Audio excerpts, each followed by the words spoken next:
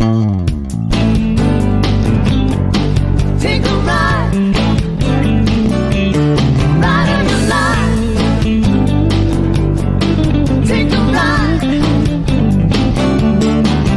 If you're feeling out of balance and you're put to the test, take the ride of your life to reach your personal best. When you're driven, you're really living full speed ahead. Take a ride.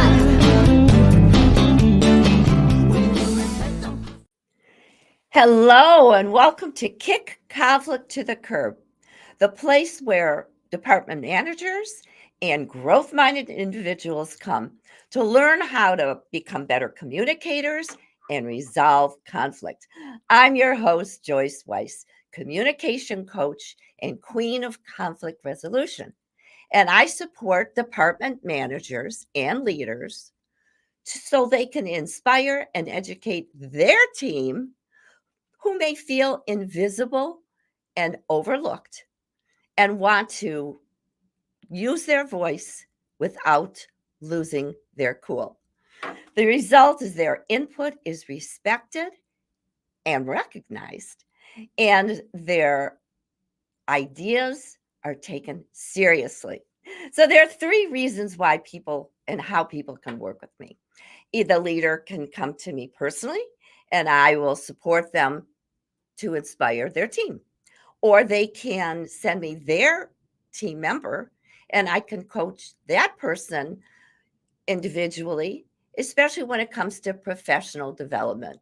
And then leaders can invite me to create a personalized small group coaching facilitation so they can kick conflict to the curb. Well, make sure and stay tuned until the end of this program, where I'm going to tell you how you can make a jam with joy session with me. So, back to the show. I am so excited to learn from our guest today, who has quite a story about being an intentional leader. I'd like to introduce you to our guest. With almost 20 years in the healthcare field, Brittany Anderlie has worked in different settings and capacities. These experiences have allowed her to look at teams holistically. She currently works as a practice administrator for an oculoplastic surgeon, creating an intentional growth plan for the business. Brittany is a mom to a wonderfully strong-willed 14-month-old. Becoming a mother after being a workaholic put life into perspective for her. She learned how to become an intentional leader. Here's a fun fact about Brittany. She loves to write music and sing. Welcome to the show. Kick conflict to the curb, Brittany.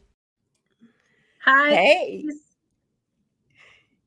You are so much fun to introduce, let me tell you.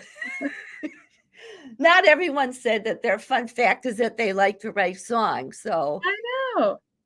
Well, it makes you unique right away. So I need to put here you go. So everybody knows that you're a practice administrator.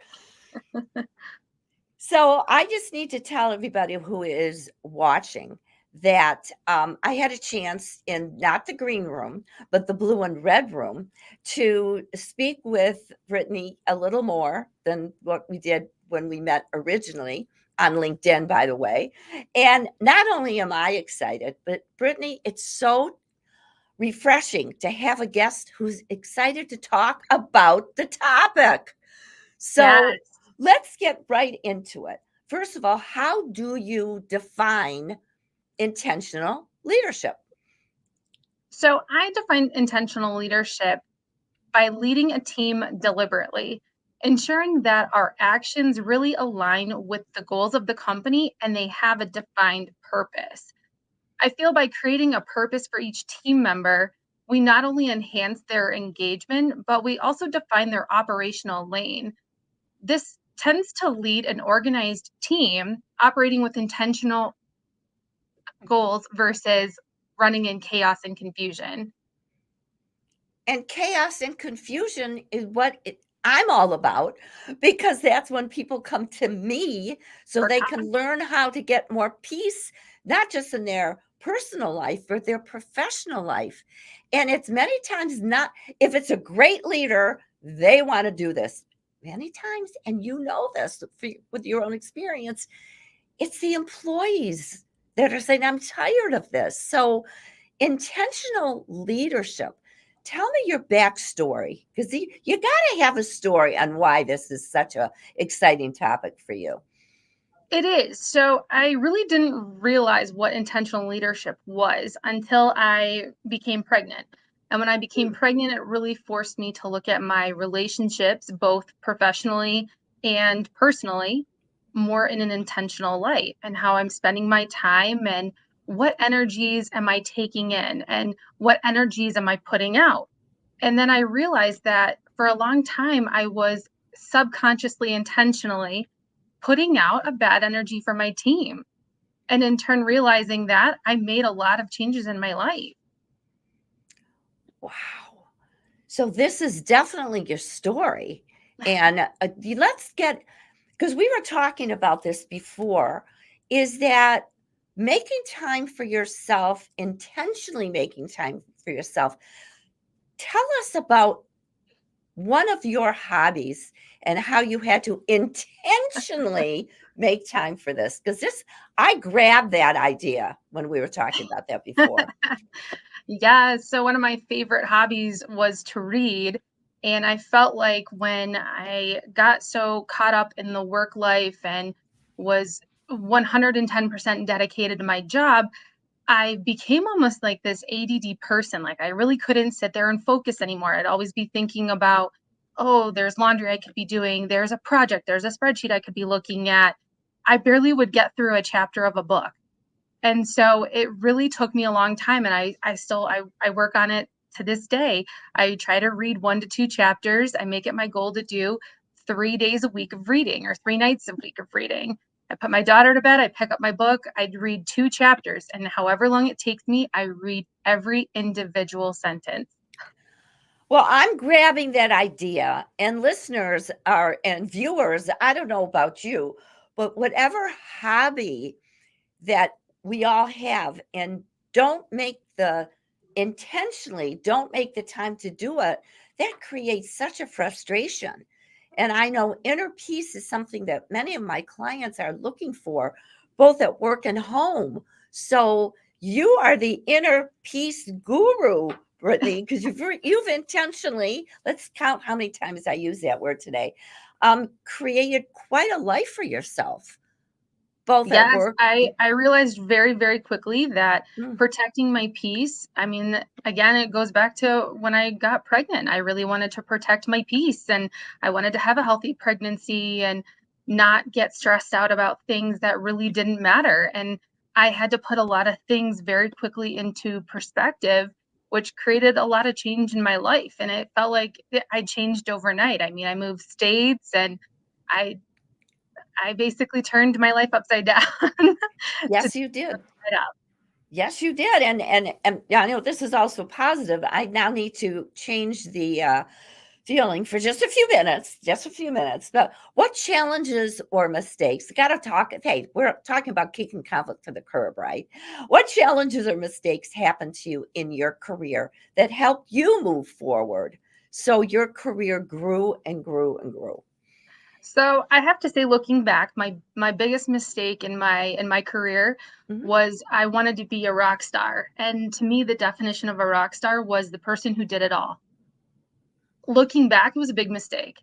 Um, I basically could have potentially crippled an organization by being the person who could do it all, did it all, and that's not how you sustain a team, right? Team doesn't have an eye in it. So my biggest challenge with that was learning to develop core processes where I wasn't the band-aid anymore and asking the question of why is this not happening or what's the outcome that we're really looking for and why are we not getting there? Again, more of an intentional stream, right? Asking Mhm. questions versus just jumping to a reactive action. This one, here we go again, is inner peace. And in my world, in the kick conflict to the curb, whether it's with clients or with it's the facilitation, it's you just put the Band-Aid on it.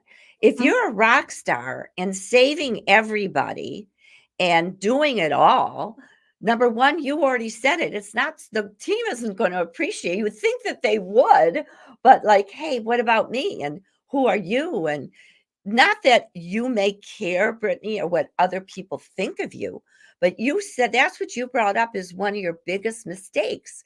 So you change that. So how do you describe yourself now when forget that mistake? What did you learn from it, and how are you now as a team member and as a leader? So for me, I learned I create boundaries. I am here to help as a leader. I want to help my team, but I Mm-hmm. want to help empower my team to know what their operational lane is. What is your job? What the expectations are? And if we're not meeting them, how can we get there, or what do we need to do to get there? Instead of me jumping in and saying, okay, well, let me figure this one out by myself, and then I'll develop the process, and then I end up doing it, and I'm the person that ultimately I'm the stakeholder for it. I now have a team that I implement together. We brainstorm together. We problem solve together very intentionally.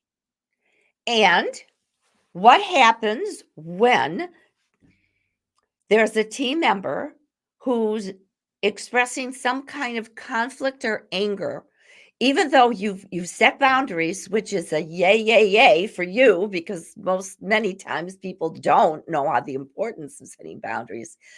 You set your boundaries, you and your team intentionally have these conversations. What happens when someone pushes back? I What think do you do? asking the why.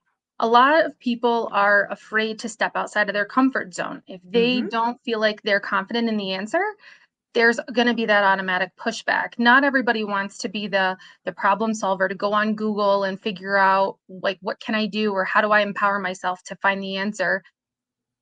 So in that regard, we take a step back and we ask the questions.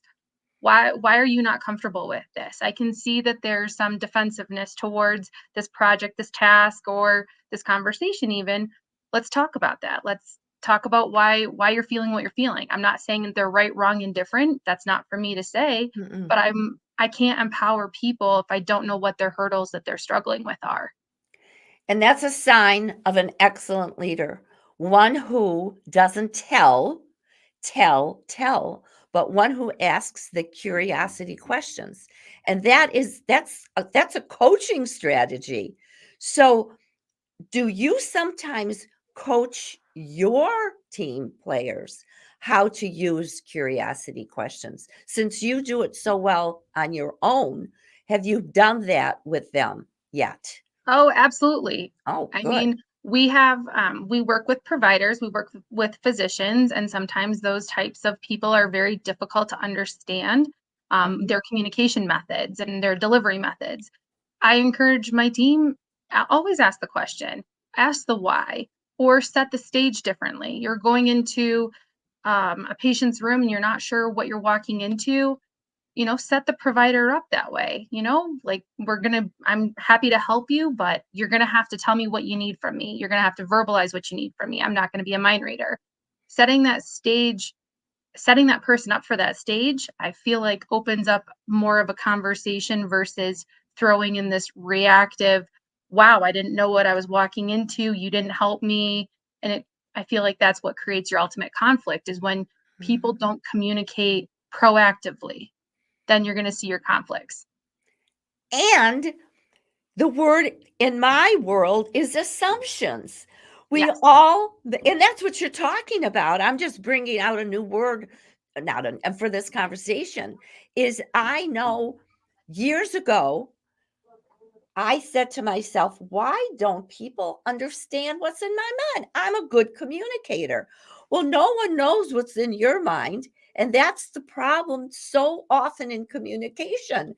Tell me if how you see that when we don't, um, when we're not clear with our expectations, how do we expect people to understand us? And there's the disconnect.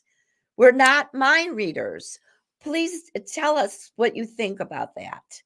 I think that goes hand in hand with being an intentional leader, though. When you're an intentional reader, you start to teach your team to look at situation scenarios prior to going into them. And when you're Mhm. proactive again, you're not as reactive. You have that, the stage is set for you. You kind of have more of that confidence structure that I might not 100% know exactly what I'm going into, but I'm okay with that. And I have a partner that's going into it with me like that. So setting the stage, this is, and what's this? My God, you are a performer. Setting the stage, and you include an agenda, Yes. which, yeah, everybody knows, yeah, you have to have an agenda with your meeting.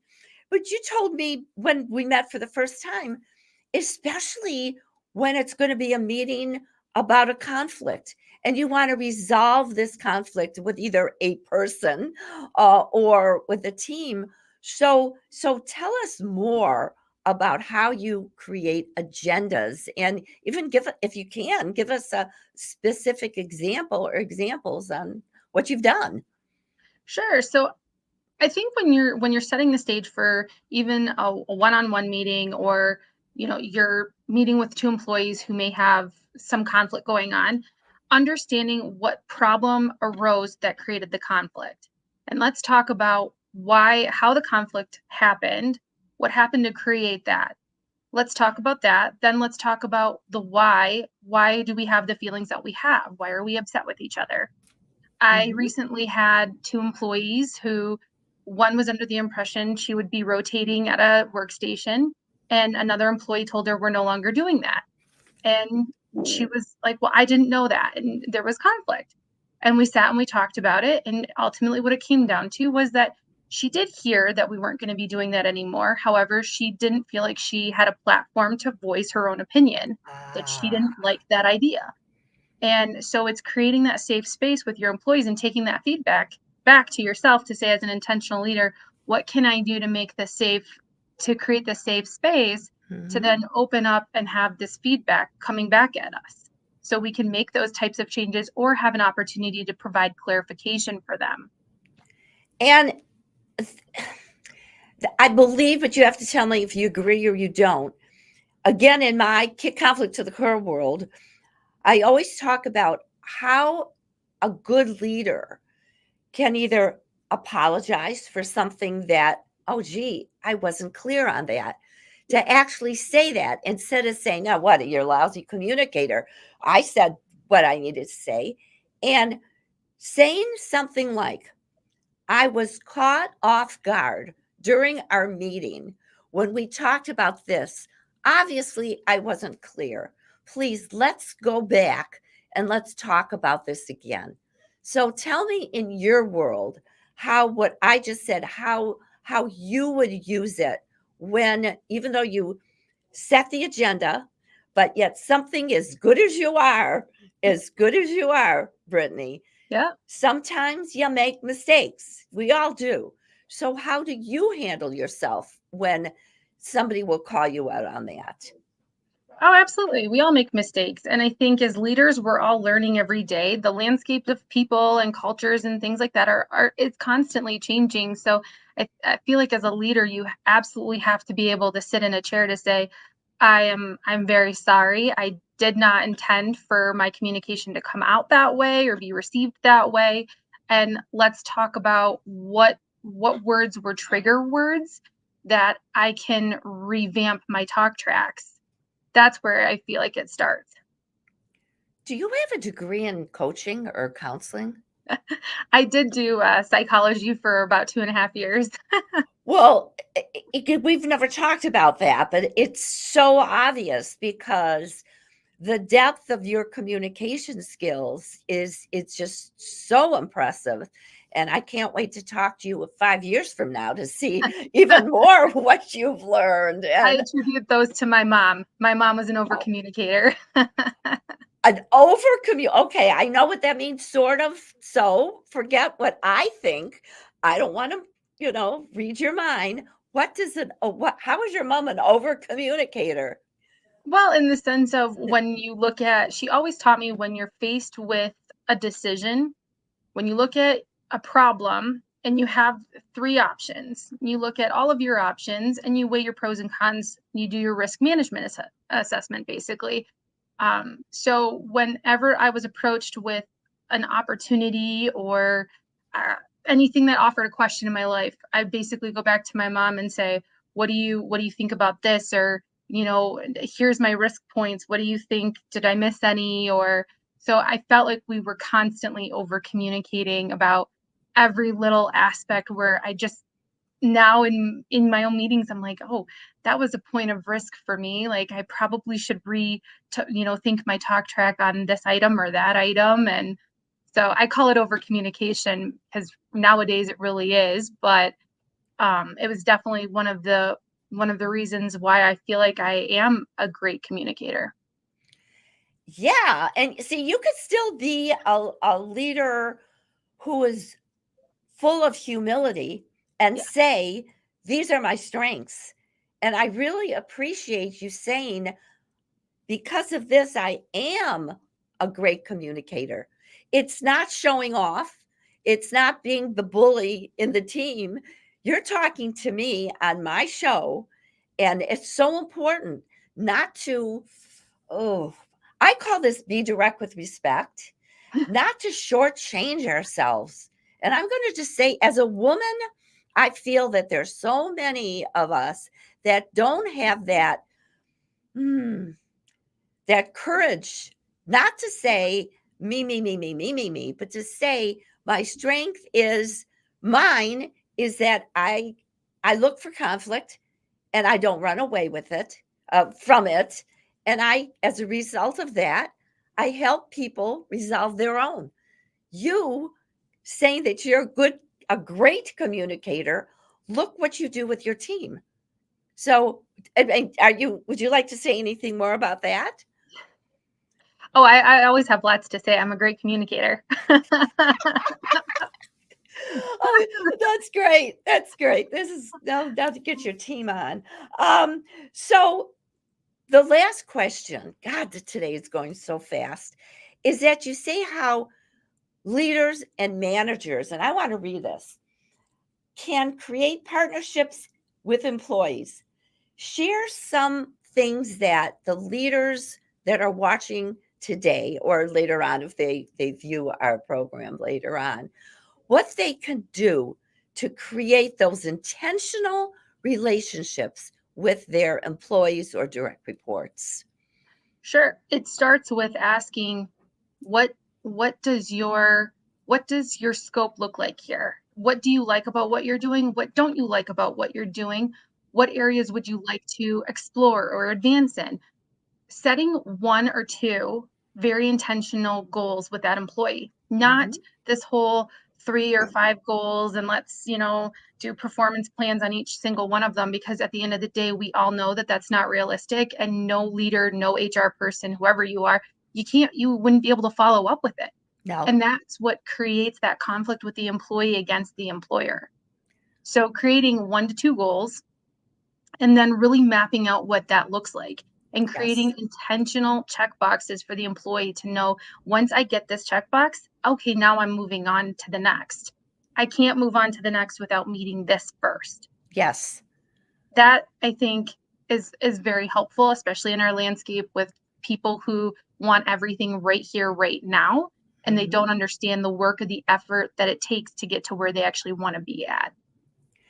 So the leader has to feel heard. Yes. And how does he or she feel heard? By expressing those expectations, by asking those curiosity questions that you already do. So it's not just the employee or direct reports that all share with me, I feel invisible, I feel heard. Well, come on, leaders and managers, you've got to feel heard too. Not everybody, as you know, has the communication skills like you do. It's been a process for you to become this. Yes, your mom set the stage for being an over communicator, and you are now. But it's something that I know, it's I always end the show, which I will today too. You get what you tolerate. This could be for the leaders, this could be for the direct reports. We need to be intentional on expressing our views and not being afraid and taking the risk. And what's the worst thing that's going to happen to you if you do voice your concern?